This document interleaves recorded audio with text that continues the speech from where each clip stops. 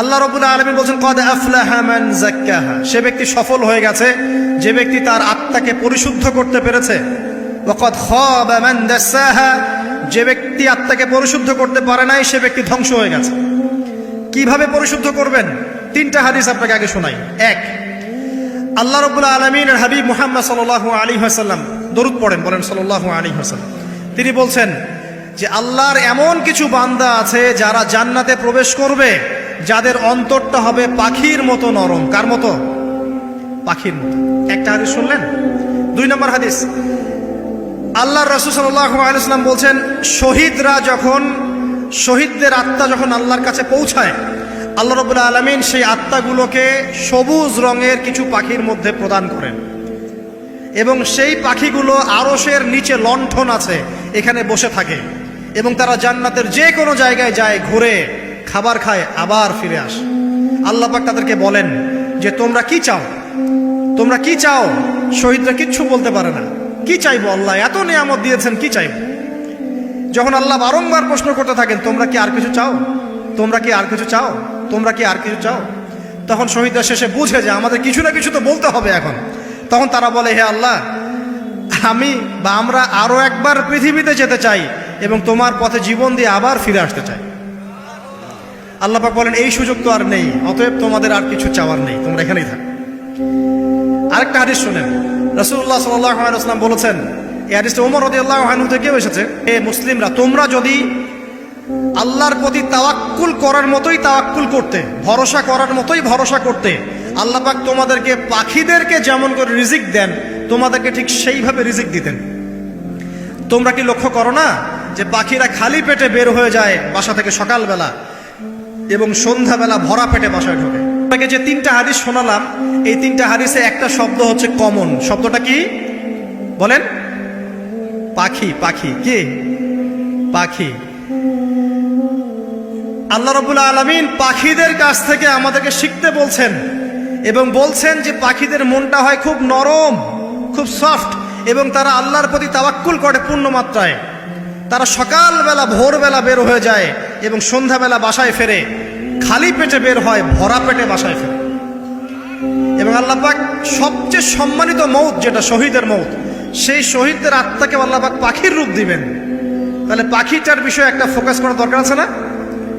আচ্ছা, এখানে আসেন। পাখির মন হচ্ছে নরম, মানে পাখির মনটা তাসকিয়া, আত্মশুদ্ধিতে পরিপূর্ণ। ক্বাদ আফলাহা মান যাক্কাহা, সে ব্যক্তি সফল হলো যার হৃদয়টা পবিত্র, নিষ্পাপ, নিষ্কলুষিত হলো, সে ব্যক্তি সফল হবে ইনশাআল্লাহ। একটা কাজ এখানে খেয়াল করেন, পাখিরা সকালবেলা ভোরবেলা বের হয় আর সন্ধ্যাবেলা বাসায় ফেরে। এখনকার মুসলিমদেরকে দেখবেন দুপুরবেলা ওঠে, রাত 3টায় ঘুমায়। কথা কি বুঝেন নাই? পাখির একদম ভোরবেলা ওঠে, যখন ফজরের আজান দিচ্ছে ঠিক তার আগ মুহূর্তে পাখির কিচিরমিচির শুনছেন, তার মানে নামাজের ওয়াক্ত প্রায় চলে যাচ্ছে, তার মানে তার আল্লাহ পাকের হুকুমের সাথেই জেগে ওঠে। সূর্য ডুবে তারা ডুবে যায়। ঠিক এরকম সুন্নত ছিল নবী সাল্লাল্লাহু আলাইহি ওয়াসাল্লামের এবং সাহাবায়ে কেরামের। আজকে 1400 বছর পর মুসলিম জাতি এই সুন্নাহ ভুলে গেছে। আর আমাদের সুন্নত দেখবেন, যদি কোনো রকম উঠেও ফেলি ফজরে, আবার 12টা পর্যন্ত ঘুম, আরো বেশি। আর এই যুব সমাজ যারা আছো তোমরা, কেউই 3টা-4টার আগে ঘুমায় বলে আমার মনে হয়। অলওয়েজ অনলাইনে পড়ে আছে, টিকটক নিয়ে, ফেসবুক নিয়ে, গার্লফ্রেন্ডের সাথে চ্যাটিং। পাখির মতো হতে পারলে পরে মনটা তো নরম হবে, তারপরে না তাসকিয়া অর্জন হবে। পাখির রুটিনটা কি? ভোরবেলা বের হয় আর সন্ধ্যাবেলা বাসায় ঢোকে। অতএব আমরা যদি রাসূলুল্লাহ সাল্লাল্লাহু আলাইহি ওয়াসাল্লামের সুন্নাহ মতো ওই ভোরবেলা উঠতে পারি আর আর্লি নাইট ঘুমিয়ে যেতে পারি এবং সারাদিন যদি রাসূলের সুন্নাহগুলোর উপর আমল করতে পারি, তাসকিয়া অর্জন হবে ইনশাআল্লাহ। কথা বুঝতে পারছেন? 2, পাখির মতো নরম মন লাগবে। এখনকার আমরা যারা বেঁচে আছি আমাদের মনগুলো কঠিন। কেমন কঠিন? পাথরের মতো কঠিন। আমরা যখন দেখি একটা মাইয়েতকে নিয়ে যাওয়া হচ্ছে জানাজায়, আমাদের কোনো ফিলিংস কাজ করে না। জানাজা যাচ্ছে, জানাজায় দাঁড়িয়ে মোবাইলটা টিপাটিপি করছে। জানাজার সাথে চলছে, কোনো ফিকির নাই যে এই জানাজা আমার হবে কালকে, ওই মোবাইল টিপাটিপি করছে। আমি এমনও দেখেছি, দাফন করা হলো মাইয়েতকে, দাফন করার পরে চারপাশে মানুষজন জড়ো হয়ে গল্প করছে, ভাই আপনার ওই জমিটার কি খবর, আপনার ওইটার কি খবর, বিজনেস কেমন চলছে, চাকরির কি অবস্থা। এই যে মাইয়াতকে পাশে দাফন করলো, কোনো ফিলিংস নাই, কোনো ফিলিংস নাই। আমি আত্মশুদ্ধির কথা বলছি। আত্মশুদ্ধির জন্য আপনার মনটাকে পাখির মতো সফট নরম করতে হবে। যখন আপনি সফট নরম করবেন এবং আত্মশুদ্ধি অর্জন করবেন, তখন দুই ডানা মেলে আপনি আকাশে উঠতে পারবেন ইনশাআল্লাহ। আত্মশুদ্ধি অর্জন না করতে পারলে ডানা কেটে পড়ে যাবে, তখন আর আকাশে উঠতে পারবেন না। কোন আকাশে? ওই যে শহীদের রূহ যে আকাশে চলে গেছে, ওই আকাশ। অতএব মন কেন কঠিন হলো প্রিয় ভাই? এক নাম্বার কারণ, আমরা শিরকের পাপে লিপ্ত আছি। এক নাম্বার, শিরকের পাপে লিপ্ত থাকা অবস্থায় মুসলিমদের মনটা কঠিন হয়ে গেছে। আপনি কি মনে করছেন আমরা শিরক করি না? মুসলিমরাও কবর পূজা করে, দেখবেন মুসলিমরাও দেখবেন অনেক ক্ষেত্রে মাজার পূজা করছে। আমি বলিনি যে অলি আউলিয়ার মাজার জিয়ারত করা যাবে না, আমি এই কথা বলছি না। কিন্তু আপনি মৃত মানুষের কাছে আপনার ভালো মন্দ চাইতে পারেন না। কথা বুঝতে পারেন না? আমরা অবশ্যই অলি আউলিয়াদের কবর জিয়ারত করব। এটা আপনাকে মৃত্যুর কথা স্মরণ করাবে। তাদের একটা রব আছে, যেটাকে আমরা প্রভাব বলি, এটা আপনার মধ্যে আসবে। আমরা অবশ্যই জিয়ারত করব। জিয়ারত করতে বলেছেন নবী সাল্লাল্লাহু আলাইহি ওয়াসাল্লাম, কারণ এটা আপনাকে পরকালের কথা কি করবে? স্মরণ করাবে। ওমরা করতে যান, আল্লাহ পাক সবাইকে তৌফিক দান করুন ওমরা হজ করার এবং বড় হজ করার, আমি দোয়া করি। ওখানে সবচেয়ে সেরা যে দৃশ্যগুলো দেখা যায় তার মধ্যে একটা রাসূলুল্লাহ সাল্লাল্লাহু আলাইহি ওয়াসাল্লামের রওজা। ওখানে গেলে চোখের পানি ঝরে না এমন কোনো মুসলিম নাই, আছে? নাই। আরেকটা সবচেয়ে মন নরম করা একটা দৃশ্য হচ্ছে জান্নাতুল বাকি, যেটা আমরা বাকিউল গারকাত বলি, যেখানে আপনি দেখবেন সাহাবায়ে কেরাম রাদিয়াল্লাহু আনহুমের কবর, যতদূর চোখ যায় তাদের কবর। কবরের কোনো মাজার নাই, সেখানে কোনো তাওয়াফ হচ্ছে না কবরকে কেন্দ্র করে, সেখানে কবরে কেউ ফুল চড়াচ্ছে না, একটা ছোট্ট পাথর দেখা যায়, খেলার কিছু না। পৃথিবীর সবচেয়ে শ্রেষ্ঠ মানুষগুলো সেখানে শুয়ে আছেন। ওখানে গিয়ে দাঁড়াবেন, দেখবেন নিজেকে তুচ্ছ বলে মনে হবে। আমি এই পৃথিবীতে আর কি করছি? সেরা মানুষগুলি মাটির নিচে, আমি এখানে কি করছি? তো দেখুন প্রিয় ভাইরা, অবশ্যই অলি আউলিয়াদের কবর জিয়ারত করবেন, কিন্তু মৃত ব্যক্তি আপনার কল্যাণ করতে পারবে? অকল্যাণ করতে পারবে? হ্যাঁ, তারা আল্লাহর কাছে সুপারিশ করতে পারবে আল্লাহ পাক যখন তাদেরকে অনুমতি দিবেন। তারপর আল্লাহ পাক যখন অনুমতি দিবেন, তখন নবী সাল্লাল্লাহু আলাইহি ওয়াসাল্লাম সুপারিশ করবেন, অলিয়া উলিয়াগণ করবেন, আলেম ওলামা করবেন, শহীদগণ করবেন, হাফেজে কোরআন করবে, অনেকেই করবেন ইনশাআল্লাহ। আল্লাহ পাক আমাদের তাকদীরে এইসব সুপারিশ নসিব করুন বলি না আমি। মুসলিমরা আজকে শিরিক করছে অনেক ক্ষেত্রে। দেখবেন হাতে একটা এই যে বালা পরে আছে, খুলে না। কেন খুলেন না ভাই? বলে যে এটা খুললে যদি রোগ হয়। রোগ দেওয়ার মালিক কে? ওই বালা না আল্লাহ? এই যে আপনার বিশ্বাস জন্মায় নিয়েছে, এই যে বিশ্বাসটা জন্মিয়েছে আপনার হাতের উপরে, এই বালার উপরে, এটাই শিরক, এটাই শিরক। যদি আপনি বিশ্বাস করেন যে এটা হাতে থাকলে আপনি সুস্থ থাকবেন, হাত থেকে খুলে পড়ে গেলে আপনি আর বাঁচবেন না, এই যে কল্যাণ অকল্যাণের মালিক আপনি কাকে করলেন? ওই বালাকে করেছেন, আল্লাহকে করেন না। এখানে শিরক হয়ে গেছে, খুবই সূক্ষ্ম শিরক। আপনি নামাজ পড়ছেন মনে করেন, এখন কিছু মানুষ আসলো, এখন দেখছেন যে হুজুর তো আমার নামাজ দেখছে, নামাজটা খুব সুন্দর করে পড়ার চেষ্টা করলেন, লম্বা নামাজ, সেজদা গিয়ে আর উঠছেন না, খুব সুন্দর নামাজ পড়ছেন। এই যে মানুষকে দেখানোর জন্য নামাজটা পড়ছেন, এটা শিরক। এটা কি? এটাও শিরক। এই যে গণক বসে আছে রাস্তার পাশে, দেখবেন টিয়া পাখি নিয়ে, তারপরে যে কাগজ নিয়ে, আসেন ভাই ভাগ্য পরীক্ষা করে দেই। আরে ভাই, তুমি যদি মানুষের ভাগ্যই পরীক্ষা করতে পারবা, তো তুমি রাস্তার পাশে কেন? তোমার ভাগ্য কেউ পরীক্ষা করেনি কখনো? এতটুকু কমন সেন্স আমাদের নাই। ও যদি আমার ভালো মন্দ করতে পারে বা ভবিষ্যৎ বলতে পারে, তাহলে ও রাস্তার পাশে বসে আছে কিছু? ওর তো প্রাইম মিনিস্টার হওয়ার কথা, এখন ওর তো ইলেকশন করার কথা। তো দেখেন, এই যে ওখানে গিয়ে আমরা কি করি? ভাই আমার হাতটা দেখে দেন, ভাই আমার অতীত বলে দেন, ভবিষ্যৎ বলে দেন। এবং এগুলো দিন দিন বাড়ছে, কিন্তু এই রাশিফল, কবিরাজি, গণকি, এগুলো দিন দিন বাড়ছে। এবং আমি লক্ষ্য করছি দিন দিন আরেকটা জিনিসও বাড়ছে, সেটা হলো জাদুবিদ্যার চর্চা করা। এবং গ্রামে গঞ্জে কুফুরি বাড়ছে না? কুফুরি করা, তাবিজ করা, বিচ্ছেদ করা, স্বামী স্ত্রীর বিচ্ছেদ করা, মেয়েকে বশ করা, সন্তানকে বশ করা বাড়ছে না? সবই শিরক, এগুলো সবই কুফুরি। এগুলো মুসলিমরা করছে না। মুসলিমরা এসব শিরকে লিপ্ত আছে বলেই তো অন্তর কঠিন হয়ে গেছে। ফাকাসাত কুলুবুহুম, তাদের অন্তর কঠিন হয়ে গেছে। তো একটা হাদিস বলে এখানে খালি, নবী সাল্লাল্লাহু আলাইহি ওয়াসাল্লাম বলছেন, যদি কেউ কোনো গণকের কাছে যায়, গিয়ে বলে দেখেন তো আমার হাতটা একটু, ও কিন্তু বিশ্বাস করে না যে এ ভবিষ্যৎ বলতে পারে, খালি এমনি বলেছে একটু দেখেন তো, বলার সাথে সাথেই 40 দিনের নামাজ কবুল হবে।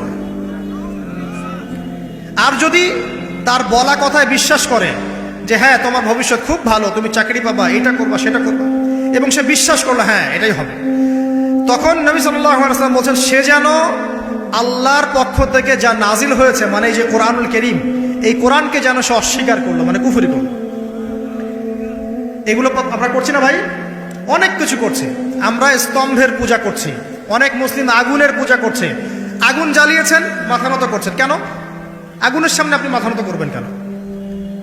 আপনি একটা স্তম্ভের সামনে, গাছের সামনে দাঁড়িয়ে মাথা নত করে ধ্যান করবেন কেন? আপনি মেডিটেশন করছেন কি জন্য? আপনাকে নামাজ দেওয়া হয় নাই? 5 ওয়াক্ত নামাজ দেওয়া হয় নাই? নামাজের চেয়ে বড় মেডিটেশন কিছু আছে নাকি? আপনি ধ্যান করছেন কি জন্য?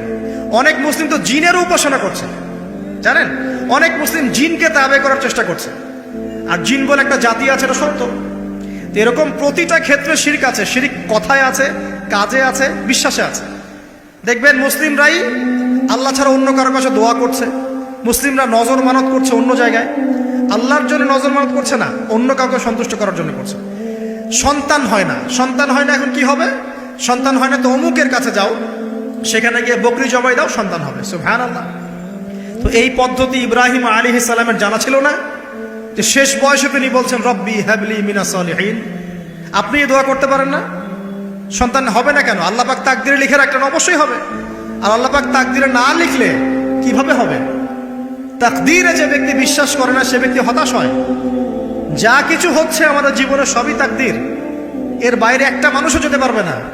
প্রিয় ভাইরা, কথায়, কাজে এবং চিন্তায় আমরা অনেক শিরিক করছি।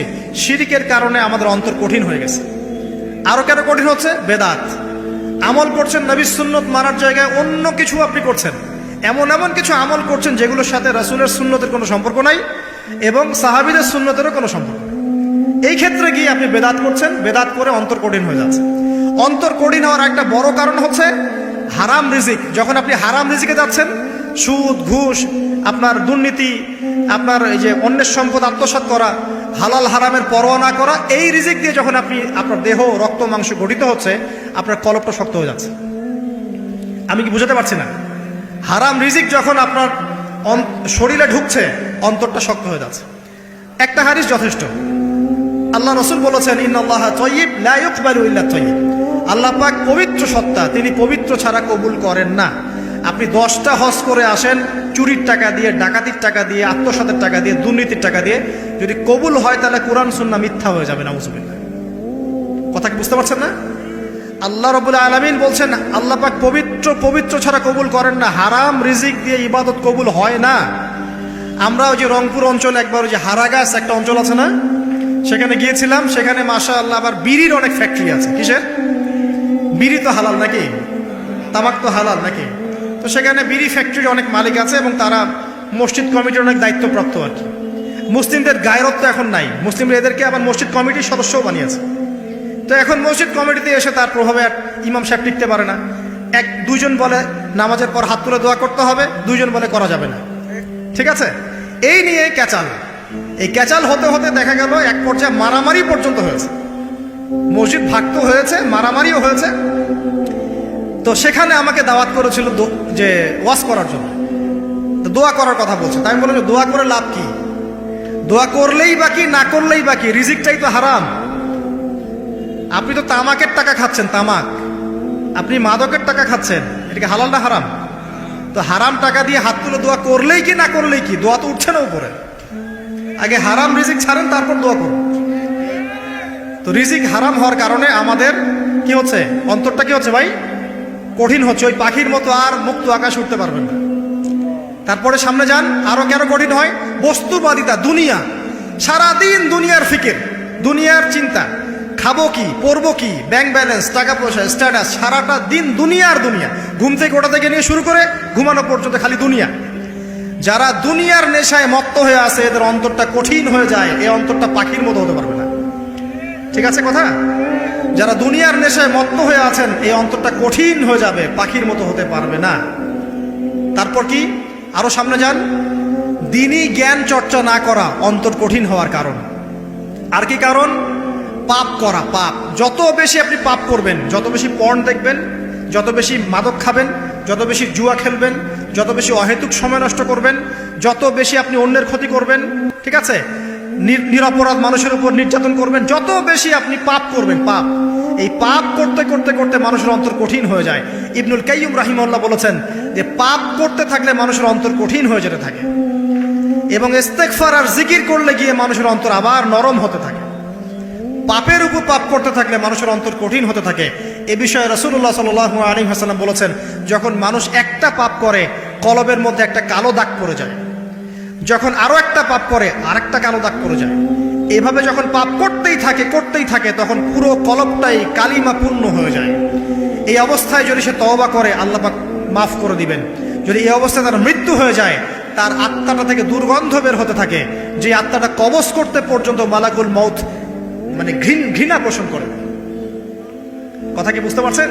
যখন অন্তর পাপ করতে করতে কলুষিত হয়ে যাবে, ওয়াকাদ খাবা মান দাসাহা, যখন পাপ করতে করতে অন্তর কলুষিত হয়ে যাবে, তখন আপনার এই মালাকুল মউত পর্যন্ত ওই আত্মাটাকে বের করার সময় ঘৃণা করবে, দুর্গন্ধযুক্ত। আল্লাহ পাক আমাদেরকে পাপ থেকে বাঁচিয়ে রাখুন। আমি এরকম কিছু কাজ আছে, বস্তুবাদিতা, শিরক, বেদাত, হারাম রিজিক, সারাদিন দুনিয়ার ফিকির নিয়ে থাকা, ঠিক আছে, অন্যের ক্ষতি করা, পাপ কন্টিনিউয়াসলি করতে থাকা, এবং দিন ছেড়ে দেওয়া, দিনের এলেম ছেড়ে দেওয়া, আল্লাহ পাকের আনুগত্য ছেড়ে দেওয়া, এই কাজগুলো করতে থাকলে মানুষের অন্তর কি হয়? কঠিন হয়ে যায়। এখন সলিউশন কি বলেন? 5 মিনিটে আমি সলিউশন বলছি, কেমন করে আপনি এটাকে নরম করবেন আর পরিশুদ্ধতা অর্জন করবেন এবং ওই পাখির মতো মুক্ত আকাশে উড়বেন। কিভাবে বলবো? 1 নাম্বার, অবশ্যই শিরক ত্যাগ করতে হবে। কি করতে হবে? শিরক ত্যাগ করতে হবে। আল্লাহ পাকের তাওহীদের উপর থাকতে হবে। আল্লাহ পাক তৌফিক দান করুন। লং কিছু বলার সময় নেই আমার হাতে, একটা বই বলছি, কিতাবুত তাওহীদ। কি নাম? কিতাবুত তাওহীদ। এই বইটা অনেক ভার্সন বাজারে বের হয়েছে, কিনে দেখবেন শিরক কত প্রকার, কি কি, তাওহীদ কাকে বলে, কত প্রকার, কি কি। যেটা বুঝবেন না মাদ্রাসা চলে যাবেন, আলেম ওলামার কাছে গিয়ে জিজ্ঞাসা করবেন, হুজুর এটা বুঝি নাই। ঠিক আছে? 1 নাম্বার, শিরক ত্যাগ করতে হবে। 2 নাম্বার, আপনাকে তাওহীদে থাকতে হবে। এটা এক, অন্তর নরম করার কথা বলছি। 2 নাম্বার, সুন্নতের উপর আমল করতে হবে। ওই যে পাখির কথা বললাম, যে সকালবেলা বের হয় আর সন্ধ্যাবেলা কি করে? বাসায় ফেরে। খালি পেটে বের হয়, ভরা পেটে বাসায় ফেরে। তার মানে আমাদেরকেও সকাল সন্ধ্যাটা কাটাতে হবে নবী সাল্লাল্লাহু আলাইহি ওয়াসাল্লামের সুন্নত অনুযায়ী। যখন তিনি ঘুমাতেন তখন ঘুমাবেন, যখন উঠতেন তখন উঠবেন, বাকি কাজ যেমন করে করতেন তেমন করে করবেন, তখন অন্তর ইনশাআল্লাহ নরম হয়ে যাবে। ঠিক আছে ভাই? 2। 3 নাম্বার, 5 ওয়াক্ত নামাজ জামাতে। নামাজ আপনাকে যে কোনো পাপ থেকে বাঁচাবে ইনশাআল্লাহ। ভাই জেনা করছেন, নামাজ পড়েন। পর্নোগ্রাফি দেখেছেন, তাও তওবা করে নামাজ পড়েন। আপনি হারাম অ্যাফেয়ার্সে আছেন, হতাশ হয়েন না, নামাজ পড়েন। গোনা ছাড়তে পারছেন না, নামাজ পড়েন। সুদ খাচ্ছেন, নামাজ পড়েন। বেপর্দা চলছেন, তাও নামাজ পড়েন। আপনি অন্যের হক নষ্ট করেছেন, তাও নামাজ পড়েন। যে পাপই করেছেন, নামাজটা পড়েন। নামাজ আপনাকে সমস্ত পাপ থেকে বাঁচিয়ে রাখবে ইনশাআল্লাহ। ইনশাআল্লাহ আস্তে আস্তে ইনশাআল্লাহ দেখবেন সব পাপ থেকে আপনি দূরে চলে আসছেন ইনশাআল্লাহ তাআলা। 3 নাম্বার নামাজ। 4 নাম্বার, বেশি থেকে বেশি, ভাই শোনেন, বেশি থেকে বেশি পরকালের ফিকির করবেন। খালি পরকালের চিন্তা করবেন যে আমাকে মৃত্যুবরণ করতে হবে, কবর যেতে হবে, পুলসিরাত পার হতে হবে, আল্লাহর সামনে দাঁড়াতে হবে। যত বেশি আপনি আল্লাহর ফিকির করবেন, পরকালের ফিকির করবেন, আপনার মনটা নরম হয়ে যাবে ইনশাআল্লাহ, মনটা শক্ত হবে না। 5 নাম্বার, মানুষের সাথে খুব বেশি মেলামেশা করবেন। মানুষের সাথে খুব বেশি মেলামেশা করলে ইবনুল কাইয়্যিম রাহিমাহুল্লাহ বলেছেন অন্তর কঠিন হয়ে যায়। কারণ মানুষ আপনাকে গীবত করাবে, হ্যাঁ, মানুষ খারাপ কাজে নিয়ে যাবে, বেফাস কথাবার্তা বলবেন, হয়তো বেফাস কাজ করবেন, ফুজুল কি বাদ করবেন, এগুলো করতে গিয়ে আপনি দেখবেন অন্তর কঠিন হয়ে গেছে। এত বেশি মানুষের সাথে মেলামেশার দরকার নাই, প্রয়োজন যতটুকু অতটুকু করবেন। ঠিক আছে? আল্লাহ পাক তৌফিক দান করুন, আমিন।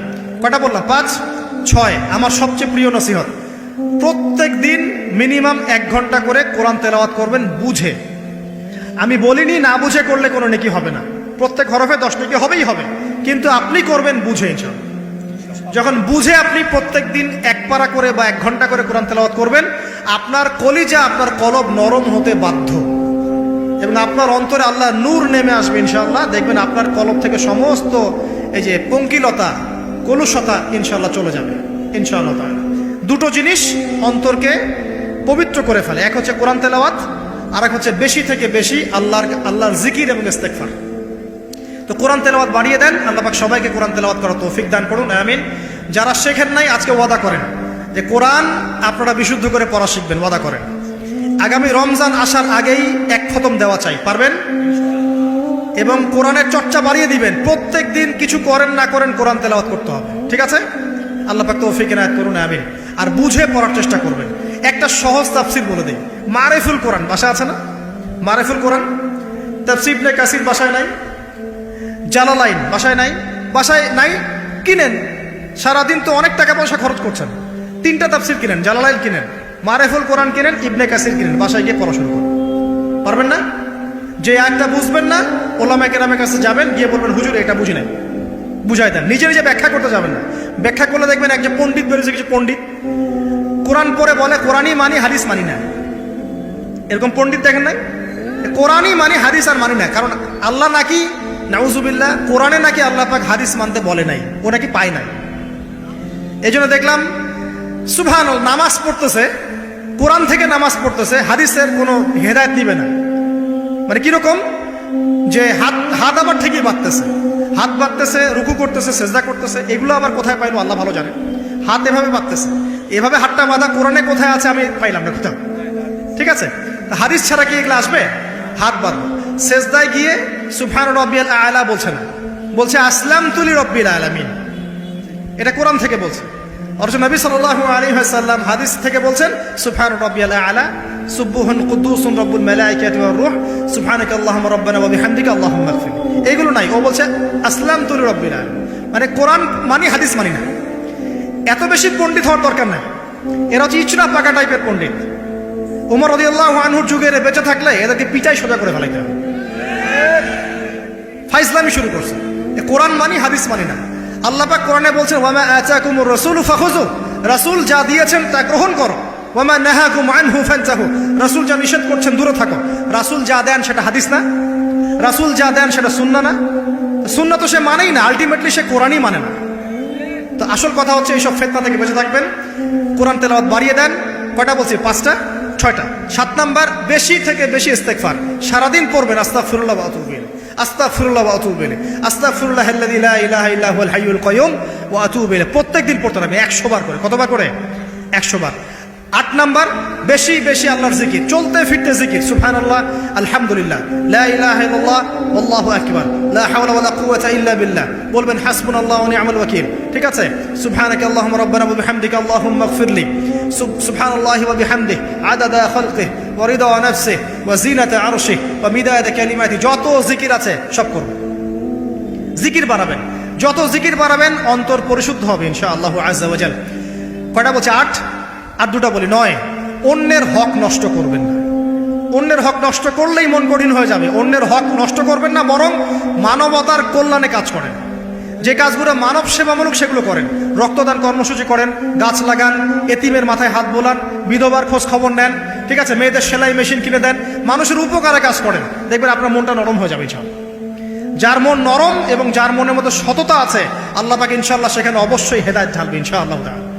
আর 10 নাম্বার সবচেয়ে শেষ হচ্ছে যে কবর জিয়ারত করবেন বেশি বেশি করে, এবং নিজের মৌতের কথা স্মরণ করে আল্লাহর কাছে বেশি বেশি দোয়া করবেন। কি দোয়া করবেন?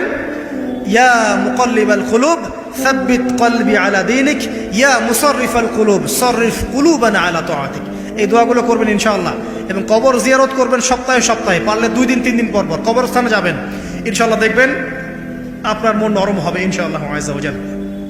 এখনকার এই সভ্যতা এসে কবরস্থানকে সমাজ থেকে দূরে সরিয়ে দিয়েছে। অথচ আগে মুসলিমদের কবরস্থান ছিল মসজিদের পাশে, 5 ওয়াক্ত নামাজ পড়তো, কবর জিয়ারত করে বাসায় যেত। 5 ওয়াক্ত নামাজ পড়তে আসতো, কবরকে দেখতো, পরকালের কথা স্মরণ হতো। এখন কবরস্থান ওই যে দূরে, সারা জীবনে একবার যায় কিনা সন্দেহ আছে। এই 10টা কাজ যদি আপনারা করতে পারেন ইনশাআল্লাহ তাআলা, আমাদের কলবটা ইনশাআল্লাহ নরম হবে, আত্মশুদ্ধি অর্জিত হবে। আর এগুলোর পাশাপাশি অবশ্যই আল্লাহওয়ালা আত্মশুদ্ধিওয়ালা মানুষের সোহবতে গিয়ে থাকবেন। আল্লাহওয়ালা আত্মশুদ্ধিওয়ালা মানুষের সোহবতে গিয়ে থাকলে তাদেরকে দেখেই দেখবেন মনটা নরম হয়ে যাবে ইনশাআল্লাহ। ইলমি পরিবেশে থাকেন, দিনী পরিবেশে থাকেন, আমর বিল মারুফ নাহি আনিল মুনকারের কাজ করেন। 3 দিন 7 দিন 40 দিন যতদিন পারেন আল্লাহর পথে সময় লাগান, সময় লাগান। আমি এটাকে আপনার আত্মশুদ্ধির জন্য বলছি, এটাই একমাত্র পথ পদ্ধতি আত্মশুদ্ধির, এটা বলছি না। এখানে গেলে আপনি ইনশাআল্লাহ আপনার ইসলাহ এবং সংশোধনের জন্য কাজ করতে পারবেন। আল্লাহ রাব্বুল আলামিন আমাদের সবার কলবগুলোকে পরিচ্ছন্ন করুন। আল্লাহ পাক আমাদের সবাইকে শিরকের পাপ থেকে বাঁচিয়ে রাখুন, হৃদয় কঠিন হওয়া থেকে বাঁচিয়ে রাখুন। আল্লাহ পাক আমাদেরকে বেশি থেকে বেশি কোরআন তেলাওয়াত করার তৌফিক দান করুন, দ্বীনি জ্ঞান চর্চা করার তৌফিক দান করুন। আল্লাহ পাক আমাদের সবাইকে হারাম রিজিক, জেনা, সুদ, ঘুষ থেকে বাঁচিয়ে রাখুন। আল্লাহ পাক আমাদেরকে পরকালীন চেতনায় এই দুনিয়ার জীবন কাটানোর তৌফিক এনায়েত করুন, আমিন। আমরা আজকে এই যে পাখিদের মতো অন্তর নিয়ে কথা বললাম, আমরা যদি এই আমলগুলোর মধ্য দিয়ে অন্তরটাকে পবিত্র করতে পারি, ইনশাআল্লাহ ওই শহীদদের যে নরম পাখির অন্তর, সেটা আমরা লাভ করতে পারবো ইনশাআল্লাহ। এবং আরশের নিচে আল্লাহ রাব্বুল আলামিন আমাদেরকে ছায়া দিবেন ইনশাআল্লাহ তাআলা। আল্লাহ পাক আমাদের সবাইকে পাখি থেকে শিক্ষা নেওয়ার তৌফিক দান করুন, পাখির মতো মুক্ত আকাশে ডানা মেলার তৌফিক আল্লাহ পাক দান করুন, আমিন।